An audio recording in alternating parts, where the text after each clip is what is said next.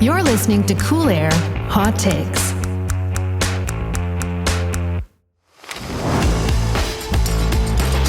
Welcome to Cool Air Hot Takes, a building HVAC and energy podcast, mixing a little bit of Dan's mustache pomade, and we got something special here.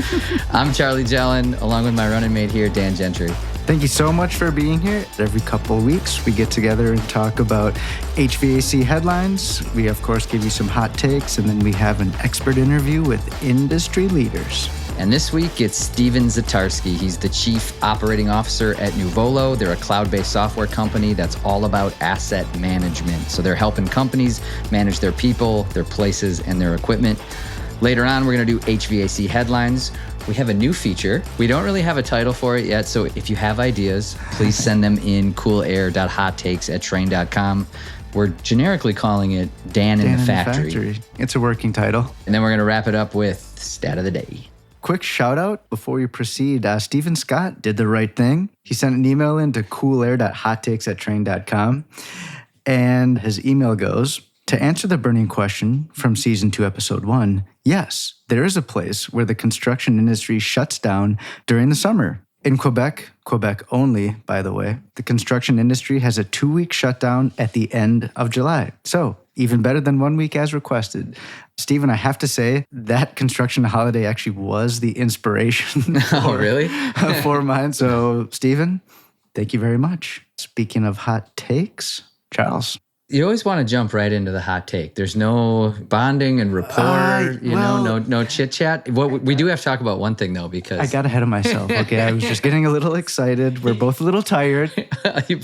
you Ron Burgundied that one. You just read what was in the notes. Good night, San Diego. Yes, we have been traveling. Today was an odd one because we both got back into lacrosse today. Where were you? I left San Francisco at 12:50 this morning. Got to Minneapolis 6:30 this morning. Drove home, closed my eyes for a little bit, and here we are. We're in the studio. You had me on 3 hours. I was up at about 4. And I was out in Boston. By the way, I think we might have some new listeners. Charles, Lee, Sam, Elizabeth, the rest of the team. If you hear this, thank you. But we were out there for some data center work, and we met with the team out there. It was great. Thanks for hosting us, guys. Really appreciate it. Cool Air Hot Takes, coast to coast. There you go. So I'm going to get into this hot take here.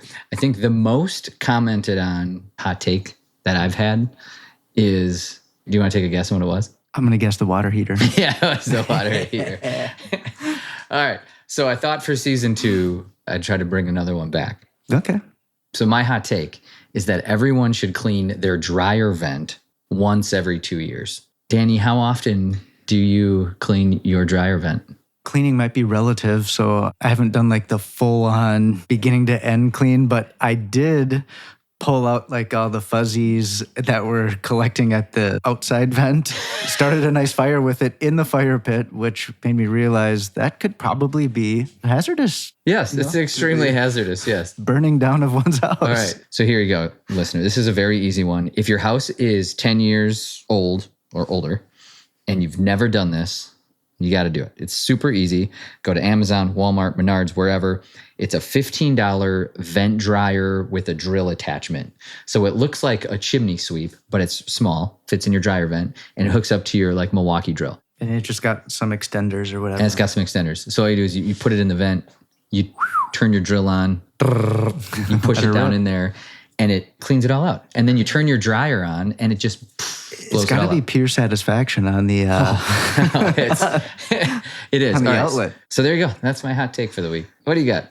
I'm going to go culinary on my take today. So I was out in California, and when one does, I landed and I went to In-N-Out Burger. I came to the conclusion that Culver's has a better burger than In-N-Out Burger. That is my hot take. And email us, cooler@hottakes@trane.com. I'm imagining there's some folks that may disagree out there. But so the listeners out there that have no idea what Dan's talking about, Culver's is a Midwest, it's a Wisconsin product. It's farm-to-table burger shop. And their thing fast is a food butter variety. Burger. It's a butter burger. So you got the nice grill Maillard on it. So that's my take. All right, listener, remember, we want your hot takes and questions as well, so let us know. You can send us an email, coolair.hottakes@trane.com. You can leave us a review on Apple. You can leave us a comment on YouTube or Spotify, and you can also find all of the information from the show in the show notes. Next, let's get to your HVAC headlines. HVAC Headlines. Your news today. All right, listener, it's 3 p.m. in Mankato. Here's your headlines. Headline number 1, top emerging technologies of 2025. Sounds good, right? I don't even know where to start here, so proceed. All right, I'll read through some of the interesting ones. So number 1 here, structural battery composites. Gonna have to explain that a little more. All right, so these are batteries, but they're part of a frame. So they're structural instead of just a battery. So think of like a door that has batteries in it. That could be like anything, like from cars to like buildings. Absolutely. All right, number 2, osmotic power systems. So these are special membranes that generate electricity through the differing salt concentration between seawater and freshwater. Oh, I think I've heard of this. I don't know much about this. In my mind, it sounds like a fuel cell where we're doing similar technology, but we're using the salt concentration difference to drive electrolysis or to drive some sort of electrical charge where we can get energy out of it. Yeah. Oh, that's interesting. Mm-hmm. Advanced nuclear technologies. That one we've talked about a couple times on the show. So decreasing costs, simplifying designs, improving safety, a lot of modular reactor technology coming out. This one's interesting. GLP-1s for neurodegenerative disease. Oh, so some medical advancements here, huh? Well, GLP-1s, it's like Ozempic. So it's like re-engineering those weight loss drugs for things like Alzheimer's or Parkinson's. Oh. So I think that's really cool. Yeah. Okay. Collaborative sensing. This one's cool. Distributed sensors combined with AI for better decision-making and autonomous technologies. This is like autonomous driving cars and super cool drones and all that good stuff. And the last one, which I think is very important, is generative watermarking. So invisible watermarks on AI content to trace the origins and promote accountability. Oh. So there you go. Those are your emerging trends for 2025, or technologies, I should say. I like it. Yeah. What's your favorite? You got one in there? That battery thing is pretty cool. I hadn't heard about that before. Yeah. My only problem with that is it's like batteries are already pretty expensive and makes it more expensive. I mean, imagine like I need to replace my battery. All right, here's 4 new car doors. Okay, sounds expensive, true. Yeah, so let me guess, your favorite one is autonomous biochemical sensors? I do like that one. I think that one actually, I think that one's going to be something that we actually see. And generative watermarking is very important. Yeah, it seems like that's something that like just should be a thing. All right, headline number 2. I purely put this in there because I'm hoping somebody at Solo Stove is listening and they send us a cooler. Or 2 coolers, so we can try this out. We will be checking our inbox, our UPS delivery store. Yes. Reach out, Solo Stove, please.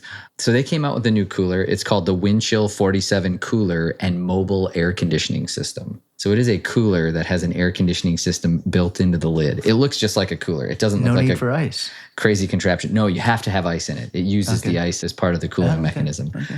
But there is a fan in there. There's a misting mode. Oh, okay. And it's got a battery in it, like a Milwaukee or a DeWalt battery pack. You click that in, and then you can hook up your phone. You can hook up whatever. There's probably speakers in it. But it's got a little bit of everything, and it sounds really cool. From what, backyard wood stoves to powered coolers? It is very interesting how they made the leap from fire pits to coolers. Hey, they're keeping things hot, keeping things cold. Maybe we got some synergies here. Yeah, it's a cool looking cooler though. So if you're looking for product testers and you want some feedback, send them our way. Yeah, and Solo, we can send you some stickers if you're interested. That's right. I like it. Put them on your cooler. Yep. All right. Up next, we've got Stephen Zetarski, Chief Operating Officer at Nuvolo. Don't go anywhere. Let's talk comfort, eh? Dan, what's your favorite kind of comfort? I would say sunny South Florida in like July. Okay. Well, mine is the kind of comfort that doesn't make you cry when you see your utility bill. I like that. We've just the thing. Introducing Trane's Precedent Hybrid Rooftop Dual Fuel Heat Pump, the system that's basically the HVAC equipment of having both brains and biceps. Unfortunately, we have neither of those things. So in mild weather, it runs on electric power. When things get frigid, it flips to gas heat, giving you the best of both worlds. So whether you're heating or cooling in a mild climate or cold climate, Trane's got you. All right, listener, we've got with us today a real adventure seeker. This man loves to get out in nature and is described by his friends as restless. His family vacations often revolve around camping, hiking, including a recent trip to the Galapagos Islands. Speaking of the family side, Stephen lives in Austin, Texas with his wife and 3 daughters. He grew up in Massachusetts, so I'm going to go out on a limb here and assume he's a Red Sox, a Patriots fan, and he probably loves a good bowl of chowder. So welcome to Cool Air Hot Takes, Stephen Zetarski. How you doing? Good. Thanks for having me. And yes, I love a good bowl of chowder. Absolutely. Yeah. Well, that's good. Well, Stephen, we're going to get into Nuvolo and what asset management software is and how it works. But first, name of the show, Cool Air Hot Takes. We ask all our guests to come with a hot take. What do you got for today? So my hot take is information is a diminishing commodity. And what I mean by that is the more we drive to AI, the more we drive to internet availability and information, the less common knowledge is of value and the more expertise is needed. Yeah, that's interesting. You know, one of the general topics or threads that AI usually generates is like, is it going to take over massive amounts of people's jobs? And I think what you're getting at is like, there is still going to be a human layer in there with the expertise side of it. It's just there is a layer that is going to probably be taken over. Absolutely. Yeah, I don't want to date myself and sound old because I was definitely not born before the calculator. But a calculator doesn't change people's need to know math, but it does change your need to memorize the math tables. Yep. But you also have to know if it's directionally correct, if you made a mistake in the calculator. Did I actually hit divide instead of multiply? You have to know and have the intelligence and the thought process to make sure what you're inputting is actually coming out with output you need. Absolutely. That's good. Okay, let's get into some of the basics. I think a lot of our listeners, Stephen, are probably in the same boat that Dan and I are in, which is basic level understanding. Like, what is this stuff? when you hear asset management software, what does asset management software do? What are the kind of different flavors of it in the space? And then we'll get into some of the specifics on Nuvolo. Yeah, absolutely. So asset management software at its core manages the large equipment and sometimes the small equipment within any enterprise operation, whether it's the back office, facilities management, like an HVAC. What Nuvolo has done is taken that and really tried to drive the future, along with a few other companies, to move it not just from the actual devices, but all their interactions with the real estate portfolio. So what we started was as a CMMS. One thing I learned really quick, when you type into Google asset management software, it is a jumble of 3 and 4 letter acronyms. So Perfect. IWS, IWMS, CMMS. Yep. Explain those a little bit more. Perfect. So yeah, a CMMS is a computerized maintenance management system. Basically, it's managing the break, fix, and repairs of assets. It's that simple. What we've done is we started there, and now we've moved into what's called IWMS, which is Integrated Workplace Management Software and Solutions. So it's not very complicated at all, but you think about it as, so we manage the real estate of that building, and we manage the assets in that building. We're still in the facilities business, but we've also added things like space planning and space management. So Charlie, where you and I would sit in a building, you may not need to sit next to me, but you want to sit next to Dan if you're in a corporate office because you guys work together often, right? But if the 3 of us are going to a location in Boston, Massachusetts, and we want to work together, you're going to use your mobile app to say, we want to sit near each other because we're working together for the week. And then the last part of it is really around capital planning and capital projects. So all these assets are very expensive. As we know, a chiller, a large HVAC, an MRI, what those are capital expenditures. So they run over a very long period of time, somewhere up to 40 years. And you want to manage that capital expense and understand in the system when's the optimal time to replace it or repair it or plan for it in your budget cycles, 2, 3, 4, 5 years out. That's something that I've always been curious about. That decision to do the replacement, how has that historically been handled? Traditionally, the CMMS would send a report over to a finance team and just talk about how old the equipment is, how much repairs has been done, and unfortunately, is it dead? Did it break? Right? Do I need to repair it in an emergency? What you do by combining those into a single asset database is you start to actually make decisions based on more information, right? Evidence-based decision. I liken it to a car. Like you want to run your car for 10, 15 years. You're going to do your basic maintenance. You're going to do your repairs, maybe even replace your brakes. But when your transmission starts to fail, the asset's no longer worth the replacement cost. Now, if you only have so much money, you might have to replace that transmission because you want to extend the life of that car. Same thing with an HVAC, same thing with an MRI. What the software will do is they'll take that information and build a capital plan for those particular assets that rolls up to a much larger capital plan for a corporation around things far more advanced than the facilities and the clinical devices, but into the entire operations of a company. But the goal is to continue to drive evidence-based decisions around even where you're located, right? If you move locations, do people still come to the office? Why are we running a bunch of HVAC cycles in a floor that nobody's occupying? Got it. Can you give us an example of where asset management really pays off? Like, what's a real world example of that we can think through? I have a great example, somewhat embarrassing example, because it's actually Nuvolo themselves. These are the best, by the way. These are the best examples. This is intimate knowledge of the issue. Good real life. Yes, indeed. I was the customer and the salesperson, right? We're talking with some folks about how efficient our building was. We're trying to explain why IWS, as I stated before, that full integrated solution matters. So I showed an example of a building we have in Massachusetts, a 3-story building, and I compared it against the energy of some of the other buildings in the area in terms of their utility bills and the maintenance on the equipment and the cleaning crews, et cetera, et cetera. And if you looked at it singularly, you'd say, wow, that's an amazing building. What are you doing? I said, respectfully, we're missing some key information. I said, the building is housed for 300 people. It only sits 2 people a month. So if you look at it, it's the ultimate waste of your financial resources. Yeah. We're running a building and we're running an HVAC. We're doing a cleaning crew once a week because we have to. Nobody's in the building. Yep. Wow. So without that information on the people, it doesn't matter what we're doing to maintain a building. Is it being occupied? It doesn't have to be people. It could be a manufacturer. It could be whatever. Yep. But you need processing. You need business activities being done in that building. Else you're just doing nothing. Absolutely. Great. That's great a critical example. component of bringing those two super important things together to problem solve. Got it. Yeah. I was going to say, so you've talked about HVAC, you've talked about MRI. What kind of customers are we talking about? So we started in healthcare. So a majority of our install base is still in healthcare. Our second largest vertical that we focus on is the convenience retail business. So you think gas stations and grocers, stuff that has wet retail, we call it. What's wet retail? I've never heard that term. Yeah, wet retail means you have a refrigerator or any cold storage. So if the 3 of us open a store and we sell whatever, water bottles. Milk.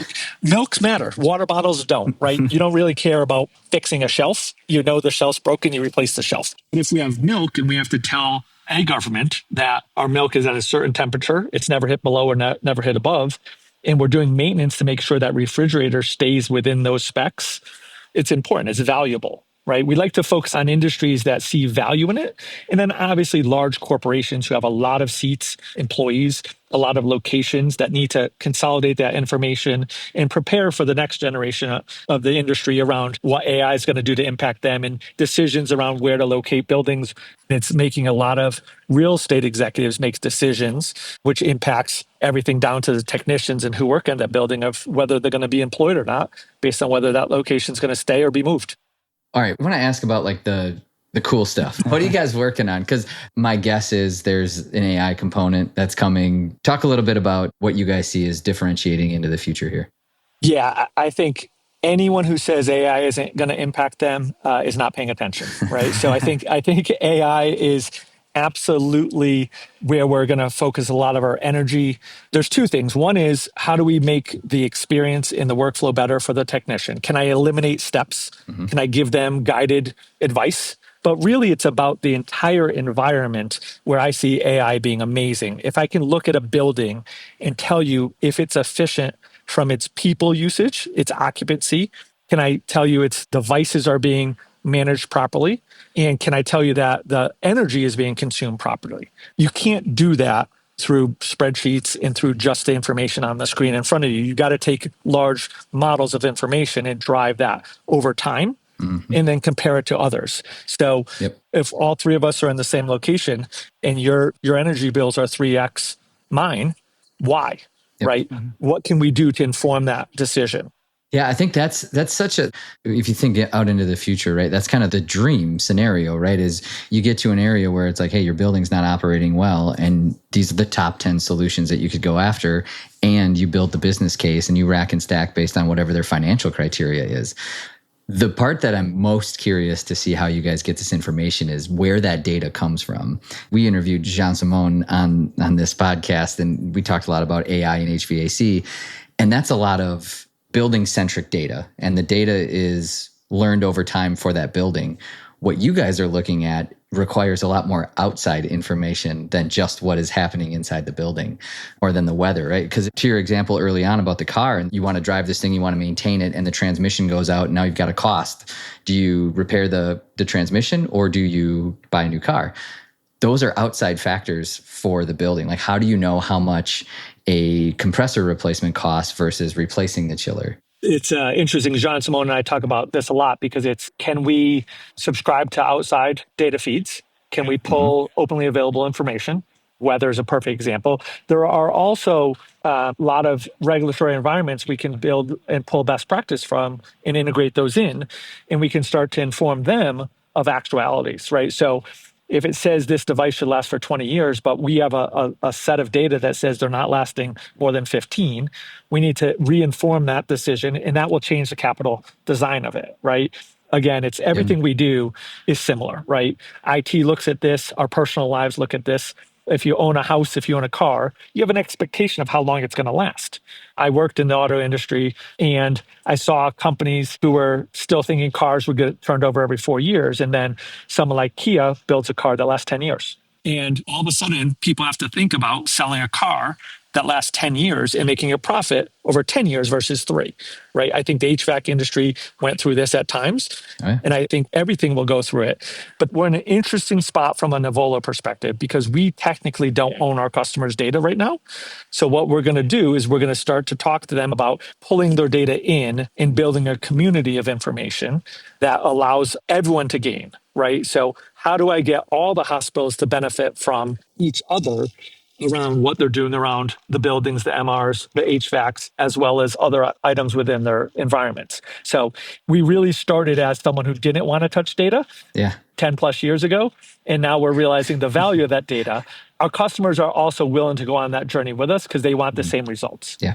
I think Jean-Simon would agree with the value in that data. Yeah. Oh, absolutely. When you go and talk to clients, what are you most excited to talk about? I'm excited about long-term investment to drive outcomes for the business, right? The two most expensive things in any company are the assets and the people. And Nuvolo, we have information on both, and we can help drive some of those decisions. It's a great elevator speech right there. That was nice. That was good. I like that. That's not your first rodeo there.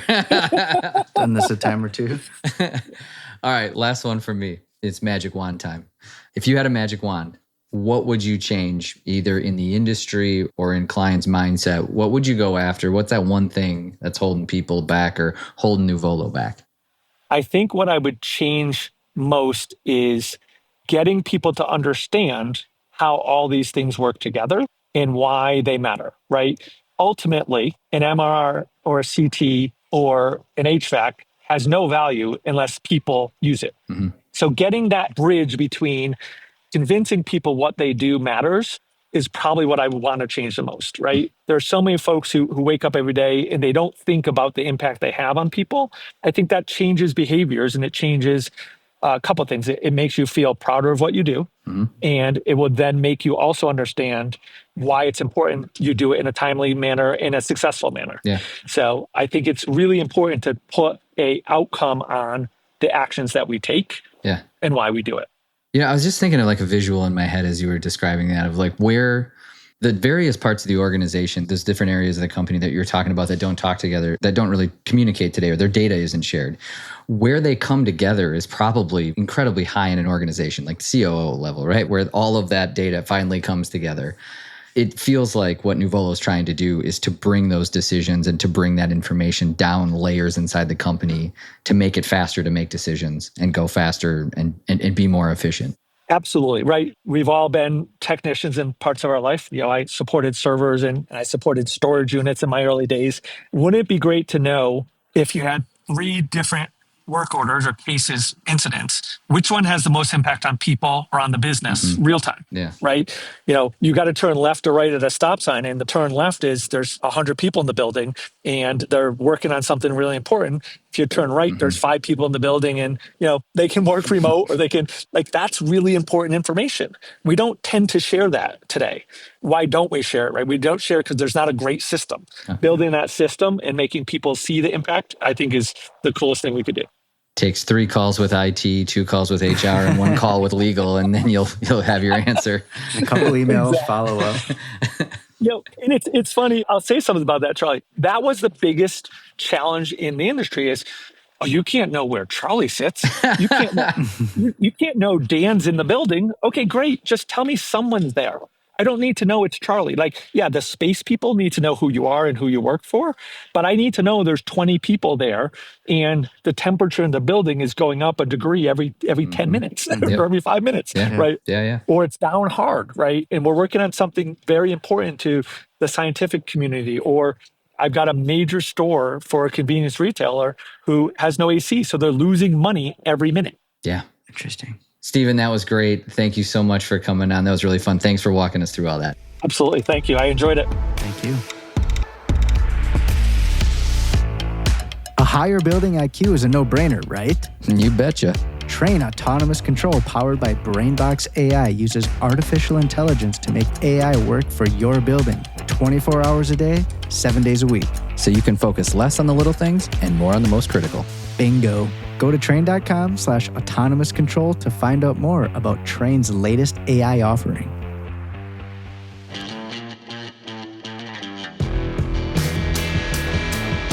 All right, listener, here's our new feature. We had an email come in from Gary Hill out in Dallas, Texas, and his email read, "Hey guys, love the show. Do you ever get to make it out in any of your Trane factories where the equipment is being made? If so, would love a tour to see what's going on and who's working out there." Well, Gary, because you asked so nicely and we love the question, and I head out into the factory, I'm going to look at some cool stuff, give you guys some insight into some of the processes, what that sounds like. So here we go. Let's go to the factory. All right, Stan here. I am in La Crosse, Wisconsin today at Plant 7, which builds centrifugal chillers for Trane. I have with me Esty Tierney. Esty, why don't you introduce yourself and tell us what you do? Hi, Dan. Thanks for having me on your podcast today. So we are looking at the main centrifugal manufacturing line of ECTV chillers. My role is product manager, which means I'm involved in a lot of the going to market of the chillers, who's going to be using them, building and developing for our customers. And what is an ECTV chiller? Well, this is a centrifugal water-cooled chiller. This particular line is primarily used for data center customers, and the reason is that we can achieve the higher evaporator temps, higher condenser temps needed for dry cooler applications, as well as the large capacities needed for cooling. Awesome. And because we are a podcast, naturally an audio platform, these things are huge. We're standing across from a machine right now. It's got like 2 big barrels bolted together. It's going to have 2 big compressors on it. These things are like 80 to 100,000 pounds or something. These are big machines. These are very big machines. I think people who are not familiar with water-cooled chillers walk into a factory like this and are impressed by just the sheer physical size of what it is we are doing. And when you really think about the fact that, on a residential unit, it's probably only 3 or 4 tons. You look at something like this and the amount of cooling that a water-cooled chiller can do is just impressive in itself. We're talking like 4,000 or 5,000 tons a piece here. That's correct. That's exactly right. The amount varies by application, but we definitely have a lot of applications which are upwards of 5,000 cooling tons. So cool. Yeah. Awesome. Well, so we're going to take a little walk and we're going to go see talk about some innovation. All right, let's talk about it.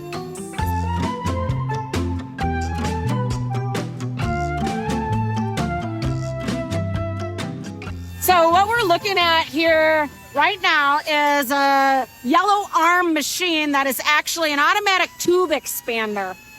So if you've ever looked at the heat exchanger of a chiller, there are a lot of copper tubes, and I'm talking hundreds in these big chillers. Prior to having an automated machine, this was truly done by machine, but by hand. So an actual employee would go through and go to, hole number 1, tube number 1, expand it, go to the next one, and down the line. It was monotonous. It looks incredibly tedious. It looks very tedious. Very tedious, yes. It probably used to be the most repetitive job from an ergonomic standpoint in the factory. Awesome. So when we were looking for improvement as we made this brand new manufacturing line, what we actually did was brought in our innovation from all of our factory floor employees. And what that means is just we asked for ideas. What would make your job better? How could we do your responsibilities faster, more efficiently, and from a better quality standpoint too?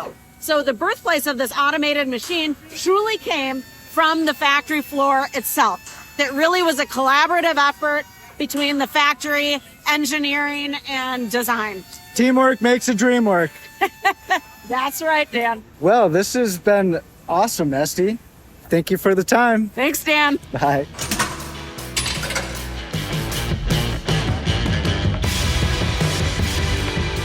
Dano, that was pretty good. Did you like that? That was great. That was kind of fun. There's going to be all sorts of stuff we can get to. Oh, we got some content. All right. We'll have more Dan in the factory, more to come. But next up, we've got Stat of the Day.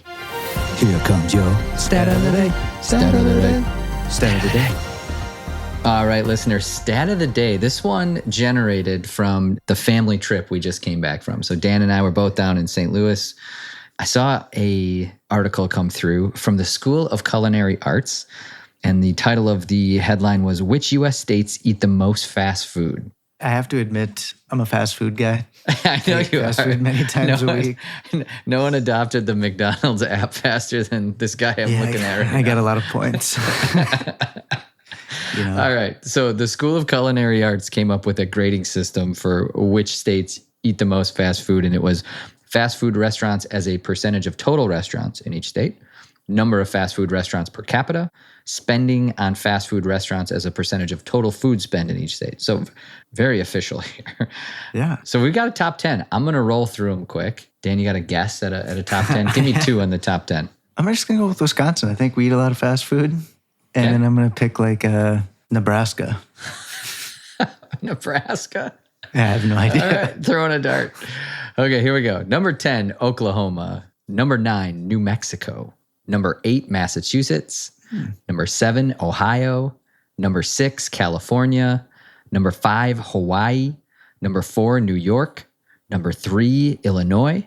Number 2, Nevada. Number 1, Maryland. Lots of fast food crab cakes, huh? A lot of fast food out in Maryland. I could not believe that Wisconsin wasn't on it. I thought for sure Wisconsin was going to be I thought we would be. I mean, I think I hang out with you too much, apparently, because I think I have an outweighed sense of Wisconsin just because of your Culver's In-N-Out Burger and McDonald's app. Yeah, it's just me. I'm diluting the pool.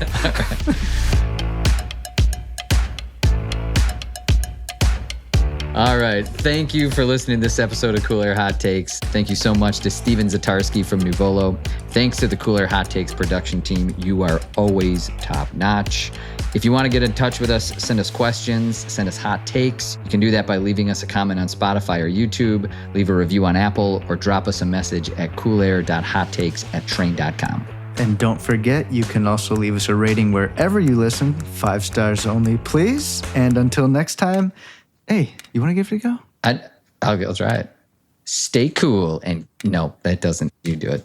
Stay cool and keep those takes hot.